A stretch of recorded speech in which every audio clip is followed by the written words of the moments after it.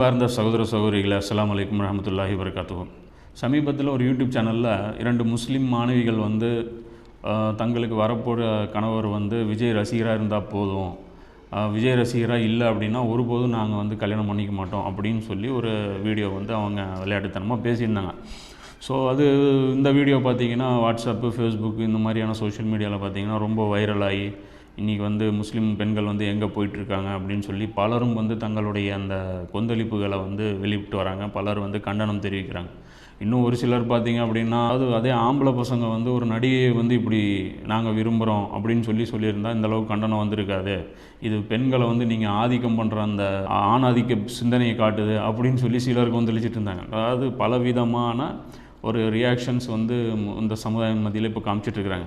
So இதில் கண்டனம் தெரிவித்தா போதுமா, இல்லை இது மாறணும் அப்படி இந்த நிலைமை மாறணும் அப்படின்னா இதுக்கு என்ன தான் சொல்யூஷன் அப்படிங்கிறத பற்றி ஒரு விரிவாக தான் இந்த பேசின 2 பெண்கள் சம்மந்தப்பட்ட பிரச்சனை அப்படிங்கிறத பார்க்குறத முதல்ல நிறுத்தணும். இது அந்த பேசின பெண்கள் அதாவது சொல்கிறோம்ல, ஒரு பானை சொத்துக்கு ஒரு சோறு பதம் அப்படின்ட்டு. இன்றைக்கி தமிழ்நாட்டில் எடுத்துக்கிட்டிங்கன்னா முற்றிலும் நம்முடைய குழந்தைகள் நம்முடைய குழந்தைகளில் மெஜாரிட்டி மக்களுடைய நிலைமை இதுதான் இருக்குது. இப்போது இந்த மாதிரி குழந்தைகள் ஒவ்வொரு வீட்லேயும் இருக்கிறாங்க. இந்த மாதிரி குழந்தைகள், இந்த மாதிரியான பெண்கள், ஆண்கள், பெண்கள், இது மாதிரி ஒவ்வொரு வீட்லேயும் இருக்கிறாங்க. இந்த உண்மையை நாம் ஏற்றுக்கிட்டே ஆகணும். இந்த உண்மையை தான் இந்த சேனல் நமக்கு கொண்டு கண் முன்னாடி காமிச்சிருக்காங்க. உதாரணத்துக்கு இது எல்லாருக்கும் முதல்ல நமக்கு தெரிஞ்ச விஷயம்தான். இந்த மாதிரி நம்முடைய குழந்தைகள் நடிகர்கள் பின்னாடி தான் போயிட்டுருக்கிறாங்க அப்படிங்கிறது. இது மாதிரி ஏதோ ஒரு இஷ்யூ கிரியேட் ஆகும்போது அதை நம்ம விவாதத்துக்கே எடுத்துக்கிறோம். மற்றபடி இது சார்ந்த ஒரு கவலை, உண்மையான கவலை நமக்கு கிடையவே கிடையாது. இன்றைய இந்த இளைய தலைமுறை இன்றைக்கி நடிகர்கள் பின்னாடி போகிறத நம்ம விரும்பலை அப்படின்னா இது சாதாரணமாக அவங்கள மட்டுமே நம்ம குறை சொல்லிட்டு நம்ம போயிட முடியாது. ஏன்னா உண்மையிலே இந்த குழந்தைகள் யார் அப்படின்னு பார்த்திங்கன்னா ஒரு மரத்துடைய பழங்கள் மாதிரி. உதாரணத்துக்கு ஒருத்தன் வேப்ப மரத்தை நட்டுட்டான், அதையவே வளர்த்திட்டு வர்றான், அதற்கே உண்டான உரம் தண்ணியெல்லாம் போட்டு அதை பராமரிச்சுட்டு வர்றான். பெருசானதுக்கப்புறம் அது மாம்பழம் இனிப்பாக கொடுக்கும் அப்படின்னு நம்பினா எந்த அளவுக்கு முட்டாள்தனமோ அது மாதிரி ஒரு அடித்தளமாக நம்ம அடித்தளம் இந்த குழந்தைகளுக்கு ஒன்று போடாமல் இந்த குழந்தைகளை சினிமாவே ஊட்டி வளர்த்திட்டு பெருசானதுக்கப்புறம் சினிமா விரும்பக்கூடாது அப்படின்னு நம்ம சொன்னோம் அப்படின்னா அது எந்த அளவுக்கு முட்டாள்தனம். சிலர் இப்படி சொல்கிறாங்க, இந்த பெண்கள் பாருங்கள் விஜயை விரும்புகிறாங்க, அஜித்தை விரும்புகிறதா சொல்கிறாங்க. அந்த காலத்தில் பாருங்கள் அபூதல்ஹர் ரலியல்லாஹு பார்த்திங்கன்னா அவங்கள கல்யாணம் பண்ணுறதுக்கு அந்த பெண்மணி வச்ச கண்டிஷன், சஹாபி பெண்மணி வச்ச கண்டிஷன் பாருங்கள், இஸ்லாத்தை ஏற்றுக்கணுன்னாங்க அப்படின்னு சொல்லி நம்ம சகோதரர்கள் ஆதங்கப்படுறாங்க. உங்கள் ஆதங்கம் நியாயமானது, உண்மைதான். ஆனால் சஹாபாக்கள் வானத்திலிருந்து குதித்தவங்க கிடையாது. அவங்க செதுக்கி வார்க்கப்பட்டவங்க. நபி ஸல்லல்லாஹு அலைஹி வஸல்லம் அவர்கள் வர்றதுக்கு முன்னாடி அவர்களுடைய நிலை இன்று நம்ம சமுதாயத்துடைய குழந்தைகள் எப்படி இருக்காங்களோ அதை விட மோசமாக தான் இருந்துச்சு. அப்போ நபி ஸல்லல்லாஹு அலைஹி வஸல்லம் அவர்கள் உழைச்சாங்க அந்த சமுதாயத்தை வடிவமைக்கணும் அப்படின்ட்டு. அதே மாதிரி நபி தோழர்களும் உழைச்சாங்க. ஸோ அந்த உழைப்பு எதுவுமே கொடுக்காமல் சும்மா அவங்களுடைய வரலாறை மட்டுமே நாம் எடுத்து சொல்லி இவங்க இப்படி இருக்காங்க, நீ இப்படி இரு அப்படின்னு சொன்னோம்னா எந்த அளவுக்கு முட்டாள்தனம்.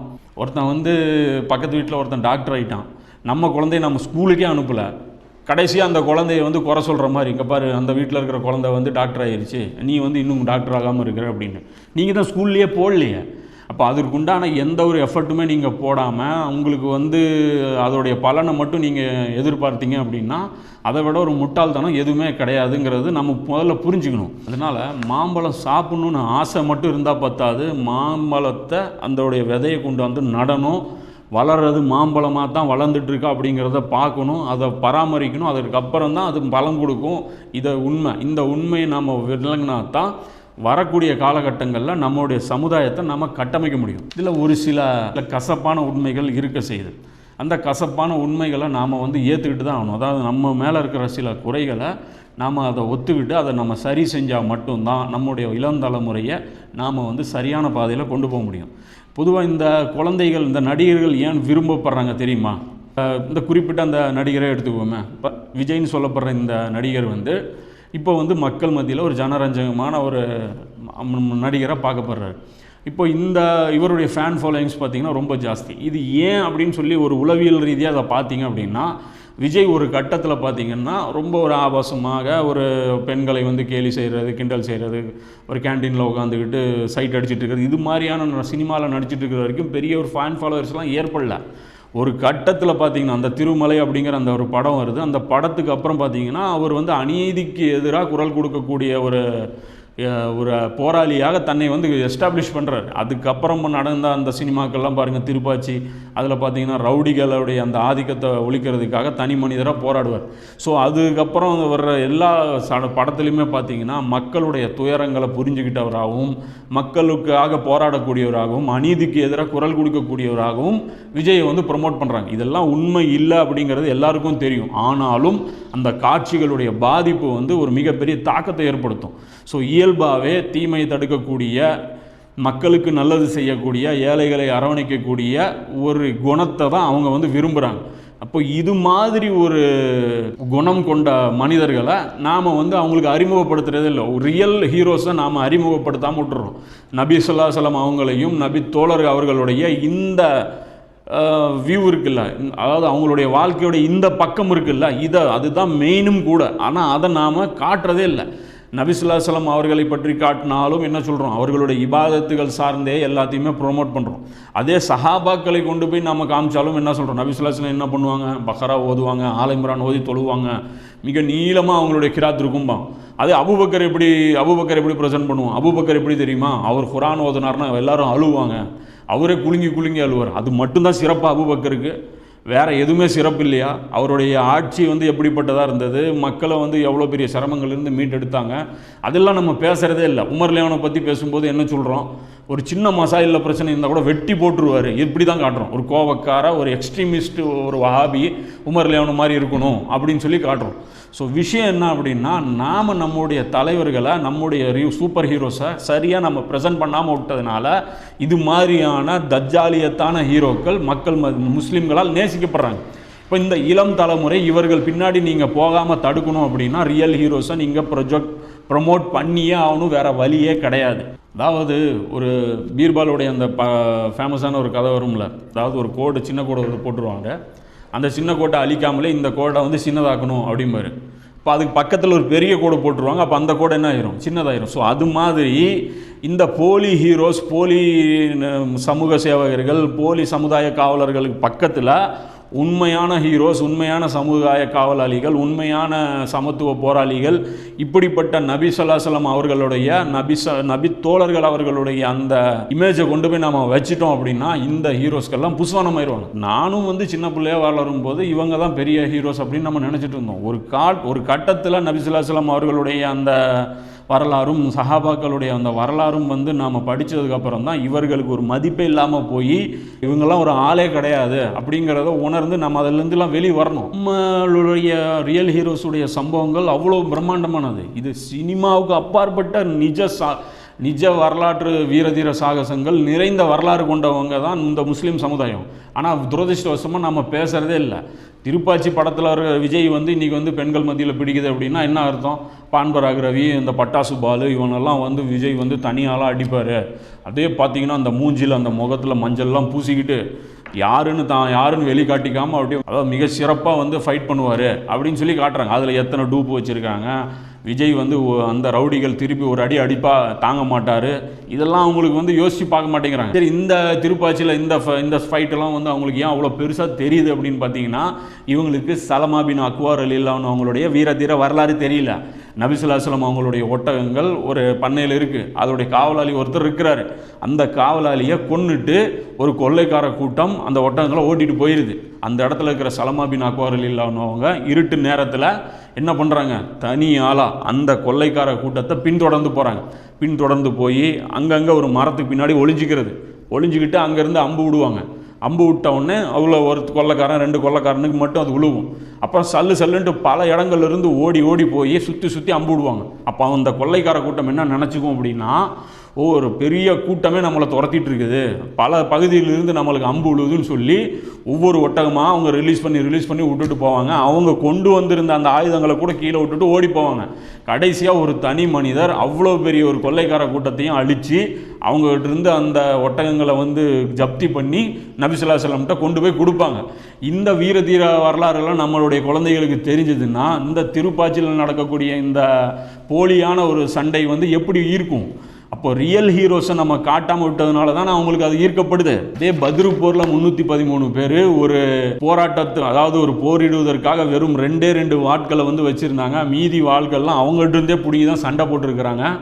இந்த தற்காப்பு, அதாவது இந்த ஒரு சின்ன ஒரு கூட்டம் இவ்வளோ பெரிய ஒரு கூட்டத்தை ஜெயிச்சதை நாம் வந்து சரியாக ரெப்ரசன்ட் பண்ணாதனால தான் 300 பருத்தி வீரர்கள் படம் வந்து அவங்களுக்கு மத்தியில் மிகப்பெரிய ஒரு தாக்கத்தை ஏற்படுத்துது. லகான் படத்தில் பாருங்கள், ஒரு கிராமம் இருக்கும், அதுக்கு மேலே வந்து வெள்ளைக்கார பிரிட்டிஷ் கவர்மெண்ட்டு பார்த்தீங்க அப்படின்னா 3 மடங்கு வரி வந்து சுமத்திட்டு போயிடுவாங்க. அந்த 3 மடங்கு வரி செலுத்த முடியாமல், அந்த வருஷம் மழை இல்லை, பஞ்சத்தில் இருப்பாங்க, செலுத்த முடியாமல் மக்கள் சிரமப்படுவாங்க.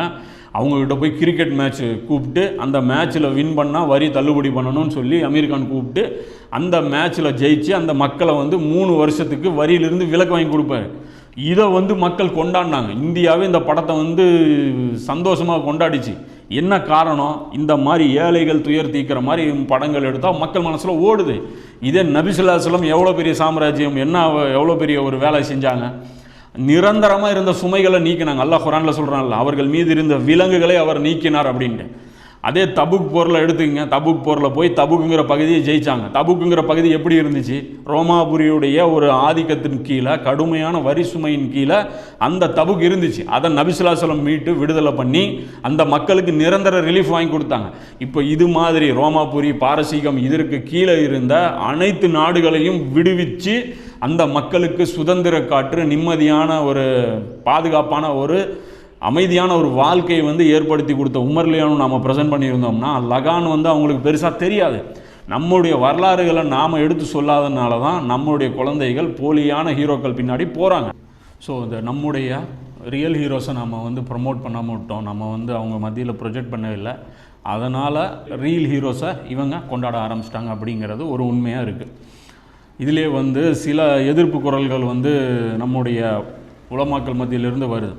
என்ன சொல்கிறாங்க அப்படின்னா, இந்த மாதிரி நீங்கள் ஒழுங்காக மார்சாக அனுப்பலை, 3 நாள் ஜமாத் அனுப்பியிருந்தாங்கன்னா இந்த மாதிரி வந்திருப்பாங்க அப்படிம்பாங்க. அதே நம்மளுடைய தௌஹீத் சகோதரர்கள் பார்த்திங்கன்னா, நம்மளுடைய ஏகத்துவ கூட்டங்களுக்கு அனுப்பியிருந்தாங்க அப்படின்னா பெண்கள் வந்து இது மாதிரி போயிருக்க மாட்டாங்க அப்படிங்கிறாங்க. இதெல்லாம் வந்து பிரச்சனையுடைய வீரியத்தை குறைக்கும். அதாவது நீங்கள் சொல்கிறது கரெக்டு தான். இது மாதிரியான மதரசாவுடைய ஒரு தொடர்பு இருக்கிறதும், ஒரு ஜமாத்துடைய ஒரு தொடர்பு இருக்கிறதும், ஒரு மாநாடு இந்த மாதிரியான விஷயங்களுக்கு போகிறதும் ஒரு மார்க்கத்தோட ஒரு ஒட்டுதல் ஏற்படுத்தும் அப்படிங்கிறதுல மாற்று கருத்து இல்லை. இந்த நம்முடைய இளம் தலைமுறையினரை காப்பாற்றுவதற்கு இது மட்டுமே போதுமா அப்படின்னு கேட்டிங்கன்னா பத்தாதுங்கிறது தான் உண்மை. ஏன் அப்படின்னா, இவங்களுடைய சபைகள் எப்படி நம்ம பயன்படுத்துகிறோம். இப்போ நம்ம வந்து ஜமாத்துக்கு கூப்பிட்றோம், ஜமாத்துக்கு கூப்பிட்டு நம்ம என்ன சொல்லித்தரோம். இப்போ ஜும்மா பயான், இன்றைக்கி ஜும்மா பயான்களில் போனோம்னா என்ன நடக்குது? ஜும்மா பயான்களில் வெறும் கட்டுக்கதைகளும் கப்சாக்களும் தான் நடக்குது சுன்ன ஜமாத் மாதிரியான பயான்களில். அதே வந்து நாங்கள் தான் குர்ஆன் ஹதீஸை சொல்ல போகிறோம் அப்படிங்கிறவங்க போனால் இன்றைக்கி என்ன நடந்துகிட்டு இருக்குது? சும்மா தேவையில்லாத சின்ன விஷயங்களை வச்சு எதிர்த்தரப்பு முஸ்லீம்கள் மேலே வெறுப்பை விதைக்கக்கூடிய அந்த சம்பவங்கள் தான் நடக்குது. இன்றைக்கி எக்ஸ்ட்ரீமாக எங்கே போயிட்டாங்க? ஒரு தௌஹீதே கூட்டமே இன்னொரு தௌஹீது கூட்டத்தை கடுமையாக விமர்சனம் பண்ணுறதுக்கு தங்களுடைய மெம்பர்களை பயன்படுத்துகிறாங்க. வெறும் போனீங்கன்னா பொருளாதார குற்றச்சாட்டுகள், பாலியல் குற்றச்சாட்டுகள், இது மாதிரியான அருவருக்கத்தக்க விஷயங்கள் தான் அங்கே டிஸ்கஸ் செய்யப்படுது. அப்போது அந்த குழந்தைகள் மத்தியில் என்ன இம்பேக்ட் ஏற்படுத்தும்? இதெல்லாம் ஈர்க்குமா? அந்த குழந்தைகள் வந்து ஆர்வமாக உட்காந்து உங்களுடைய சபைகளுக்கு வருவாங்களா? வரமாட்டாங்க. இங்கே தான் போவாங்க. அவங்க இங்கே தான் போவாங்க. நீங்கள் வேணால் சினிமாவுக்கு பணம் கொடுக்காமல் இருக்கலாம். இன்றைக்கி மொபைல் ஃபோனில் சினிமா வந்துருச்சு. நீங்கள் என்ன தான் அவங்கள தடுத்தாலும் அவங்க போய் அதில் விழத்தான் செய்வாங்க. அதிலிருந்து நாம் காப்பாற்றணும் அப்படின்னா நாம் எல்லாரும் சேர்ந்து இந்த பிரச்சனையை எப்படி அணுகணும் அப்படிங்கிற ஒரு அக்கறையோடு உட்காந்து அலசினா மட்டும்தான் இதை வந்து நம்ம சொல்யூஷன் கொண்டு வர முடியும். இதே இந்த மதரசாக்கள் எடுத்துக்கங்க. அரபி மதரசாக்களில் வெறும் அலிஃப் பேத்தே உச்சரிக்க கற்றுக் கொடுக்குறாங்க. எத்தனை நாள் கற்றுக் கொடுக்குறாங்க? உலகத்திலேயே ஒரு மொழியை வெறும் உச்சரிக்க கற்றுக்கொள்ளக்கூடிய முட்டாள்கள் முஸ்லீம்களை தவிர வேறு யாரும் கிடையாது. உச்சரிக்கிறதுக்காக யாராவது மொழியை கற்றுக்குவாங்களா? மொழி அப்படின்னா அந்த மொழியில் இருக்கக்கூடிய வார்த்தைகள், அர்த்தங்கள், அதனுடைய ஆழத்தை புரிஞ்சுக்கிறதுக்காகத்தான் ஒருத்தன் மொழியை கற்றுக்குவோம். ஆனால் பல லட்சம் முஸ்லீம்களுக்கு நீங்கள் அரபி மொழி தெரியும், ஆனால் அரபியில் என்ன சொல்லப்பட்டிருக்குங்கிறது தெரியாது. வெறும் பார்த்திங்கன்னா அதாவது ஓதுவதற்கு மட்டுமே முக்கியத்துவம் கொடுத்து ஓத மட்டுமே பல வருடங்கள் வீணடிக்கிறாங்க. இன்றைக்கி வந்து ஒரு ஸ்போக்கன் இங்கிலீஷ் கோர்ஸ் பார்த்திங்கன்னா 6 மாதத்தில் கவர் ஆகுது. இன்றைக்கி வந்து ஒரு மாதத்தில் ஹிந்தி கற்றுக் கொடுக்குறாங்க, 2 மாதத்தில் வேறு லாங்குவேஜ் கற்றுக் கொடுக்குறாங்க. இது மாதிரியான கோச்சிங் சென்டர்கள் வந்துருச்சு. இதே நம்முடைய குழந்தைகளுக்கு நம்ம அரபி வந்து கிராமர் வந்து எடுத்திருந்தோம்னா, நம்முடைய குழந்தைகள் 6 வயசு 7 வயசாகி வெளியே வரும்போது அரபி அவங்களுக்கு சகஜமாக தெரியும். அதோடைய நன்மை என்னன்னு சொல்கிறேன் கேளுங்க. குர்ஆன் எப்படி சஹாபாக்களுடைய உள்ளத்தை டைரெக்டாக போய் அட்டாக் பண்ணிச்சோ அதே மாதிரி ஒரு தாக்குதல் அரபி நம்ம கற்றுக் கொடுத்துருந்தோம்னா ஏற்படுத்தியிருக்கும். அந்த சஹாபாக்கள் குர்ஆன் மூலமாக உருவானாங்க. நம்ம குர்ஆனுக்கும் நம்முடைய குழந்தைகளுக்கும் கேப் ஏற்படுத்திட்டோம். இப்போ சஹாபாக்கள் மாதிரி குழந்தைகள் கேட்டோம்னா எங்கேருந்து உருவாவாங்க? ஸோ இது ஒரு முக்கியமான வேலை நம்ம செஞ்சுருந்தோம் அப்படின்னா நம்முடைய இளம் தலைமுறையினர் ஒரு சரியான பாதையின் பக்கம் போயிருக்கிறது நல்ல ஒரு முயற்சியாக இருந்திருக்கும். அதே மாதிரி குர்ஆன் ஹதீஸில், அதாவது வாரம் வாரம் நம்ம குழந்தைகளை கூப்பிட்டு நபி ஸல்லல்லாஹு அலைஹி வஸல்லம் ஒரு சஹாபியை செலக்ட் பண்ணி அந்த சஹாபியுடைய ஃபுல் ஹிஸ்ட்ரி, அவருடைய வாழ்க்கையின் அனைத்து பக்கங்களும், சும்மா வணக்க வழிபாடுகள் மட்டும் எடுத்து ப்ரொஜெக்ட் பண்ணுறது இல்லை, அவருடைய அனைத்து பக்கங்களும், இன்னும் சொல்லப்போனால் அவர்களுடைய சமூகத்திற்கு அவர்கள் ஆற்றிய சேவைகள், அதை வந்து நாம் வந்து நம்முடைய குழந்தைகள் மத்தியில் நாம் சொல்லிக்கிட்டே இருந்தோம்னா அவங்கள மாதிரி ரோல் மாடலை எடுத்துக்கிட்டு அவங்கள ஃபாலோ பண்ணுறதுக்காக அவர்களுக்கு ரசிகர் மன்றம் ஓப்பன் பண்ணுவாங்க. இன்றைக்கி வந்து இதெல்லாம் நம்ம கரெக்டாக செஞ்சுருந்தோம்னா தெருவுக்கு தெருவு விஜய்க்கோ அஜித்துக்கோ நம்மால் ரசிகர் மன்றம் ஓப்பன் பண்ணியிருக்க மாட்டான். ஹாலித் பின் வலீத் ரலியல்லாஹு அவங்களுக்கும், ஹம்சார் ரலியல்லாஹு அவங்களுக்கும், முஸப் பின் உமைர் ரலியல்லாஹு அவங்களுக்கும் இவங்களுக்கு வந்து ரசிகர் மன்றம் வந்து ஓப்பன் பண்ணி இருந்திருப்பான். ஸோ இதெல்லாம், அதாவது அரபி மொழியை நம்மளுடைய குழந்தைகளுக்கு கற்றுக் கொடுக்கறது, வாரம் வாரம் வந்து சபைகளை ஏற்படுத்தி நம்முடைய குழந்தைகளுக்கு சஹாபாக்களுடைய வரலாறு, நபி ஸல்லல்லாஹு அலைஹி வஸல்லம் அவங்களுடைய வரலாறு இதை சொல்லிக் கொடுப்பது, பெண்களுக்கு வந்து மர்கஸ்களை ஏற்படுத்தி அவர்களுக்கு வந்து நம்முடைய இஸ்லாமிய அந்த போதனைகளை வந்து சரியான போதனைகள், அதாவது இந்த சூஃபியாக்களுடைய போதனைகளோ இந்த வஹாபிச போதனைகளோ இல்லை, ஒரிஜினல் இஸ்லாம் அது இல்லது உள்ளபடி சொல்லி பாருங்க. அது உள்ளத்தை அப்படி இருக்கும். அது உள்ள ஒரு வாட்டி பூந்துருச்சு அப்படின்னா உலகத்தில் இருக்கக்கூடிய எந்த வழிகட்ட சக்தியும் அந்த உள்ளத்தை அட்டாக் பண்ண முடியாது. அது அவ்வளோ உறுதியாக அது ஈமான் கொண்டு அது வந்து தன்னைத்தானே அது ப்ரொடெக்ஷன் பண்ணிக்கக்கூடிய அந்த உள்ளங்களாக அது மாறிடும். அப்படி இன்னொரு முக்கியமான விஷயமும் நம்ம வந்து செய்ய தவறி இருக்கும். கடந்த காலங்களில் நம்மெல்லாம் குழந்தையாக இருக்கும்போது பார்த்திங்கன்னா தூர்தர்ஷனில் வந்து மகாபாரதம், ராமாயணம் இதெல்லாம் வந்து சீரியல்களாக போட்டு காமிச்சிட்டே இருப்பாங்க. ஸோ அந்த ராமாயணம் இந்த மாதிரியான சீரியல்கள் பார்த்து நமக்கு அவங்கெல்லாம் ஒரு மிகப்பெரிய பிம்பமாக தெரிகிறாங்க. இப்போ இதெல்லாம் அவங்க உள்ளே கொண்டு வந்ததுனால தான் அந்த சமுதாயத்தின் மக்கள் வந்து தங்களுடைய அந்த கற்பனையான அந்த கற்பனையான அந்த பாத்திரங்களை கூட நிஜமுனே நம்பி அவங்கள ஃபாலோ பண்ண ஆரம்பிச்சிட்டாங்க. ஆனால் நாம் என்ன பண்ணோம் அப்படின்னா நம்முடைய வரலாறுகளை காட்சிப்படுத்தி இன்றைய தலைமுறையினருக்கு புரிகிற மாதிரி காட்சிகள் மூலமாக நம்ம விளக்கியிருந்தோம் அப்படின்னா இன்றைக்கி வந்து நம்முடைய குழந்தைகள் இந்த மாதிரி ரியல் ஹீரோஸ் பின்னாடி போயிருக்க மாட்டாங்க.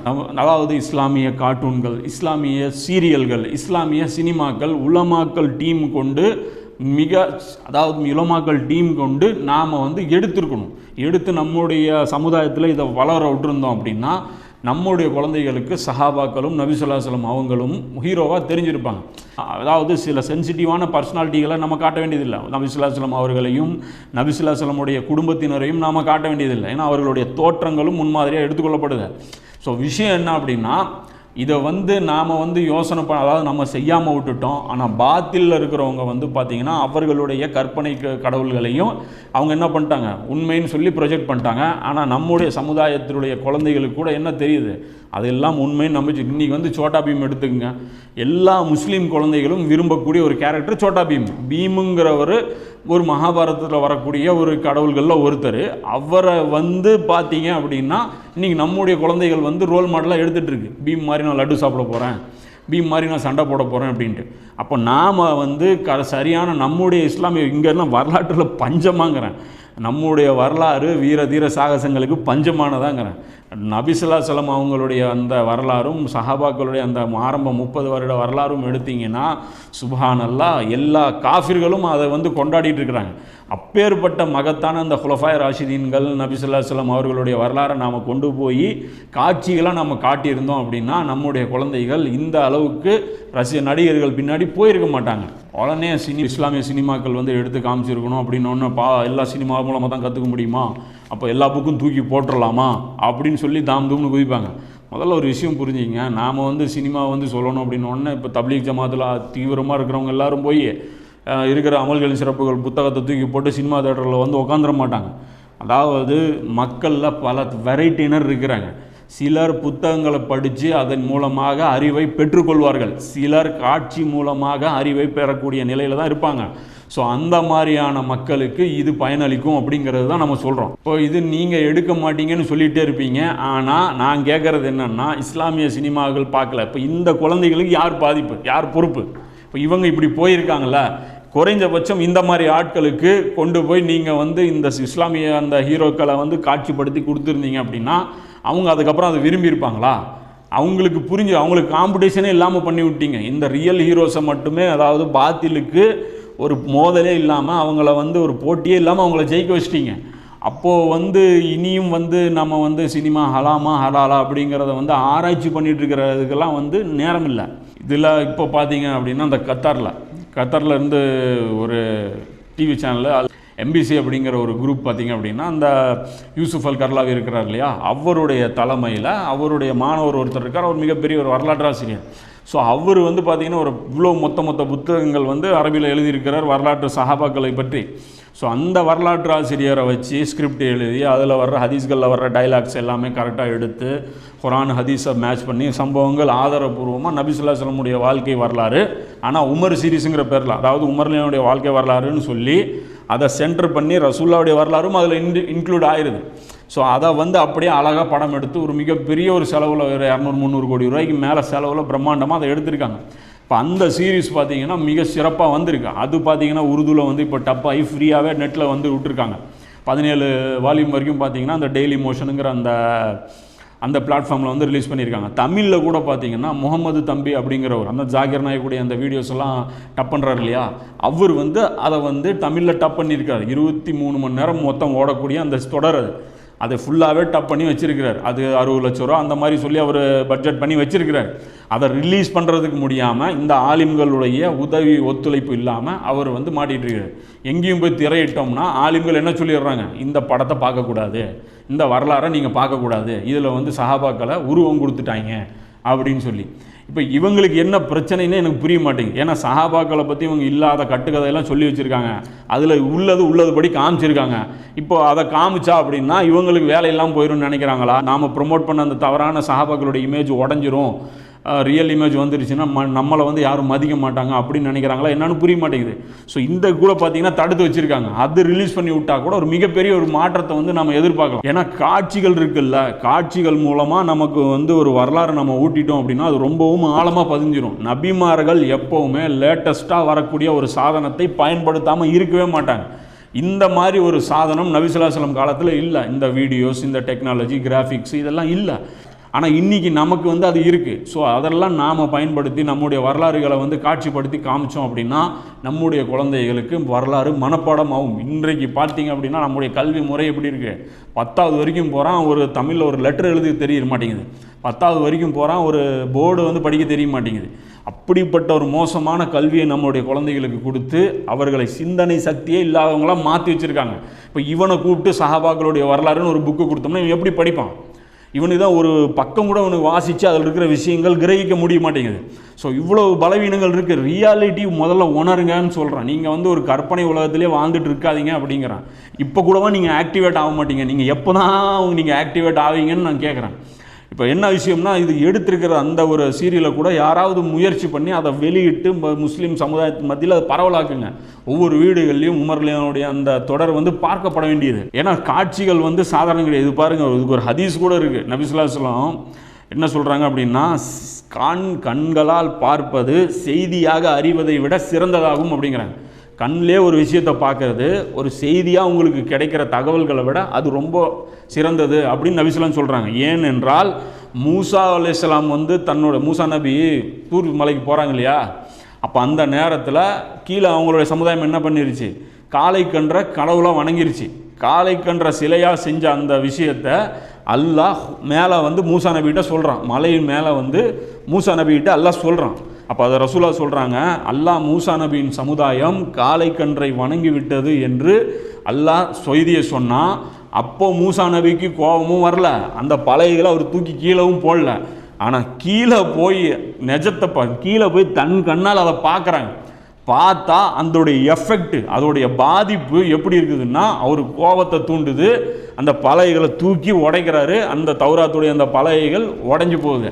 அப்போ இதைத்தான் நபி ஸல்லல்லாஹு அலைஹி வஸல்லம் சொல்கிறாங்க, கண்களால் பார்ப்பது செய்தியாக கிடைப்பதை விட சிறந்ததாகும். அல்லாஹ் மூசா நபிக்கு சொல்லும்போது மூசா நபிக்கு கோபம் வரல, அதே தான் கண்ணால் அவர் நேரில் பார்க்கும்போது அதோடைய தாக்கம் அதிகமாக இருந்து அவர் கோபம் அதை தூக்கி போட்டு உடைச்சாங்க அப்படின்னு சொல்லி நபி ஸல்லல்லாஹு அலைஹி வஸல்லம் சொல்கிறாங்க. இப்போ இதை ஒரு ஆதாரமாக எடுக்கலாங்கிறேன். அதாவது காட்சிகளாக இஸ்லாமிய வரலாறுகள் நாம் சொன்னோம் அப்படின்னா நம்முடைய குழந்தைகள் அதோடைய வீரியத்தை உணர்வாங்க, அதை உள்வாங்குவாங்கங்கிறேன். ஏன்னா இந்த வரலாறுகள் சும்மா கிடையாது. அல்லாஹ் 11ஆம் அத்தியாயத்தில் 120 வசனத்தில் அல்லாஹ் சொல்கிறான், உன்னுடைய உள்ளத்தை உறுதிப்படுத்துவதற்காக நான் இந்த வரலாறுகளை சொல்கிறேன் அப்படிங்கிறான். அதே மாதிரி 7ஆம் அத்தியாயத்தில் 176 வசனத்தில் அல்லாஹ் சொல்கிறான், வரலாறுகள் நான் சிந்திப்பதற்காக கொண்டு வந்திருக்கேன், சிந்திப்பதற்காக இந்த வரலாறுகளை எடுத்து சொல்கிறேன் அப்படிங்கிறான். அதே 111 அல்லாஹ் சொல்கிறான், அறிவுடையோருக்கு இது படிப்பினை தரும் அப்படிங்கிறான். அப்போது வரலாறுகளை எடுத்து சொல்கிறதில்ல, அன்னைக்கு இருந்த வடிவங்கள் எழுத்து பேச்சு அவ்வளோதான். இன்றைக்கி பார்த்திங்கன்னா காட்சிகளாக சொல்லக்கூடிய ஒரு வடிவம் இன்றைக்கி நமக்கு கிடச்சிருக்கு, அதை நாம் பயன்படுத்தணும். இது காலத்தின் கட்டாயங்கிறத நம்ம உணரணும். இப்போ இந்த ஹதீஸு பார்த்திங்க அப்படின்னா இப்னு ஹிப்பானில் 2088, ஹாக்கிமில் 3435 ஹதீஸாகவும், மிஷ்காத்தில் 5738 ஹதீஸாகவும் இது பதிவு செய்யப்பட்டிருக்கு. சரியான ஹதீஸ் இது.